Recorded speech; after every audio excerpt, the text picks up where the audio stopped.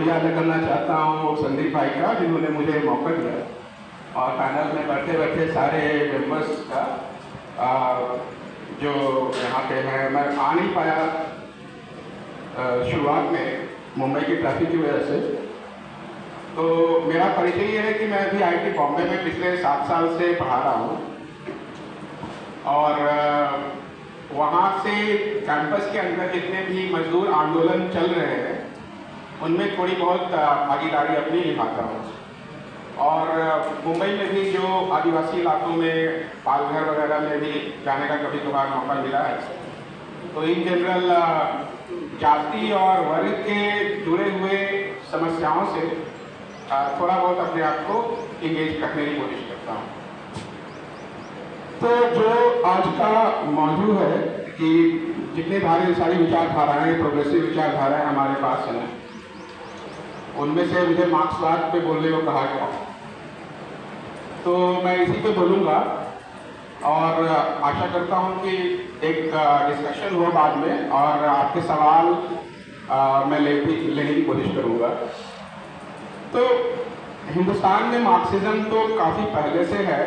Communist party जो थी वो मेरे हिसाब से 1925 के आसपास बनी थी, तो 100 साल हो चुके हैं।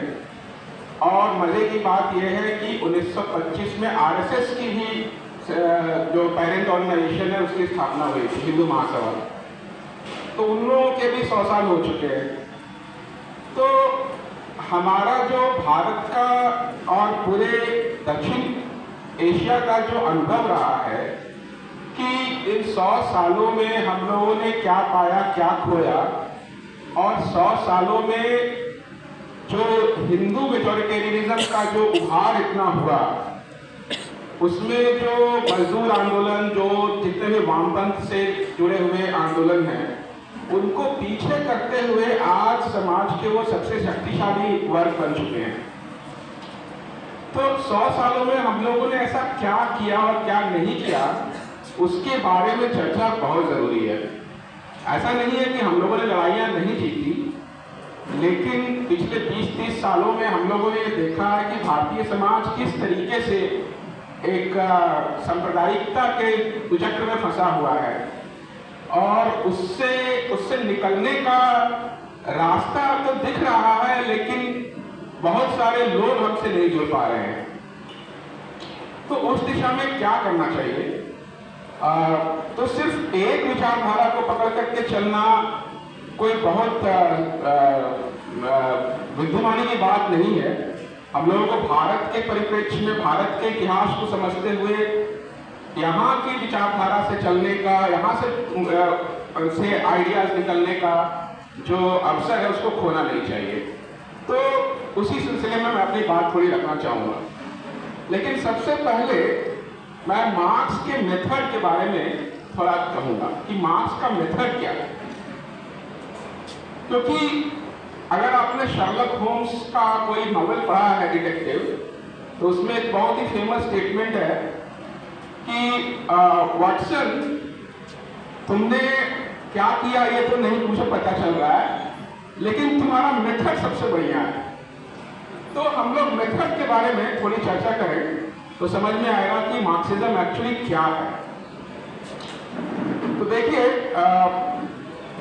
मार्क्स जो है मेथड के तौर पे अपने आप को हिस्टोरिकल मटीरियलिस्ट बोल सकते हैं, डायलेक्टिकल मटीरियलिस्ट बोल सकते हैं, लेकिन दरअसल उनका मेथड एक साइंटिफिक मेथड है। और साइंटिफिक मेथड का जो प्रक्रिया है उसमें हम लोग सिर्फ अपने आसपास के चीज़ों को देखकर, जिसको हम बोलते हैं सेंस एक्सपीरियंसेस। तो सेंस एक्सपीरियंसेस क्या हुआ? किसी चीज़ को छूना, किसी चीज़ को सुनना, किसी चीज़ को देखना, किसी चीज़ को उसका स्वाद करना, ये सारे हमारे 5 सेंस ऑर्गन्स जो हैं वो हमको डिफरेंट एक्सपीरियंस दिलाते हैं। चाहे हम नेचुरल ऑब्जेक्ट के साथ अपने आप को एक्सपीरियंस करें, खाएं पिए सुने, या फिर किसी व्यक्ति के साथ हमारा कैसा व्यवहार हो, तो हमारी 5 जो ज्ञान इंद्रियां हैं वही हमारी सेंस एक्सपीरियंसेस को सेंस देती है। लेकिन सेंस एक्सपीरियंस के इस माया जाल में, ये जो काफी ज्यादा एक्सपीरियंसेस हमको मिलता है, उससे हम ऊपर कैसे उठे और समाज का जो मूल तत्व, मूल जो सार है किसी चीज को समझने का, वो कैसे समझे। तो विज्ञान जो है वो कॉन्क्रीट रियलिटीज को पहले समझता है, लेकिन उसका जो असर है वो कॉन्क्रीटनेस तक ही नहीं रख के उससे ऊपर उठकर सभी बिंदुओं का सार समझने के लिए हम लोगों को एब्स्ट्रैक्शन का सहारा लेना पड़ता है। तो मार्क्स का एक फेमस सेंटेंस है कि this is the method of rising from the abstract to the concrete, and that is only the way in which thought appropriates the concrete, reproduces it as the concrete in the mind. तो जो ये abstraction पे जोर है कि abstract जो है वो पहले आता है और concrete को appropriate करता है और फिर mind में concrete को reproduce करता है। इस बात को समझने के लिए हम लोगों के पास आइंस्टीन का भी मॉडल है। क्योंकि मैं विज्ञान पढ़ाता हूँ और वैज्ञानिक रिसर्च भी करता हूँ थोड़ा बहुत,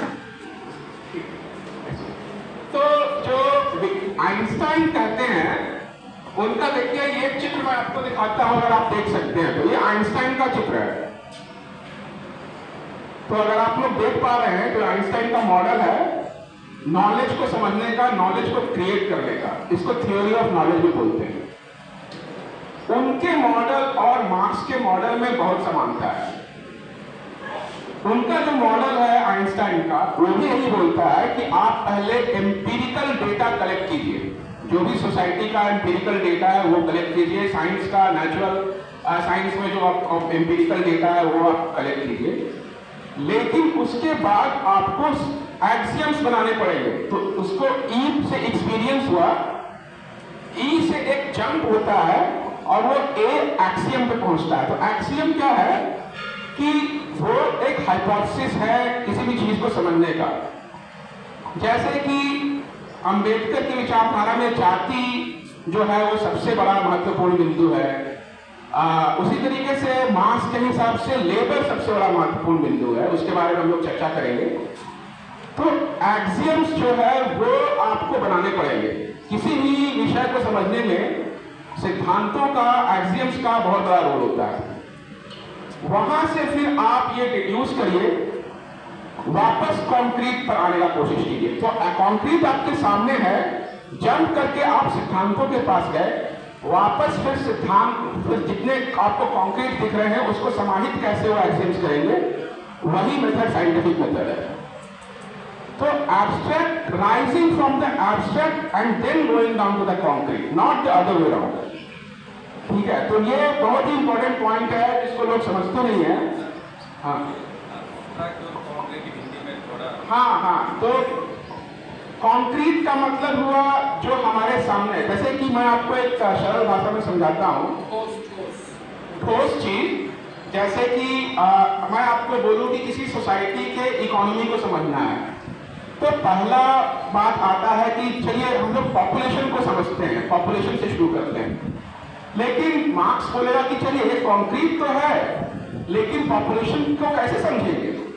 तो पॉपुलेशन को समझने में फिर हमको क्लास में डिवाइड करना पड़ेगा पॉपुलेशन को, working class, capitalist class, landlord class, है ना।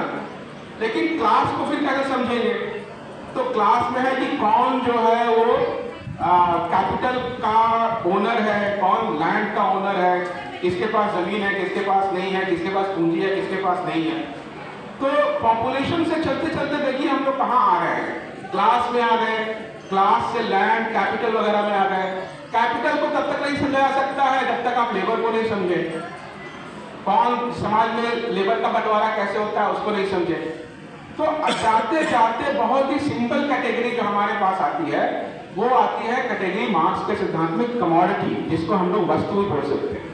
वस्तु का उत्पादन और वस्तु का एक्सचेंज मतलब उसका आप पैसे देते हैं, वस्तु खरीदते हैं और पैसे देते हैं और वस्तु बेचते हैं पैसे कमाने के लिए।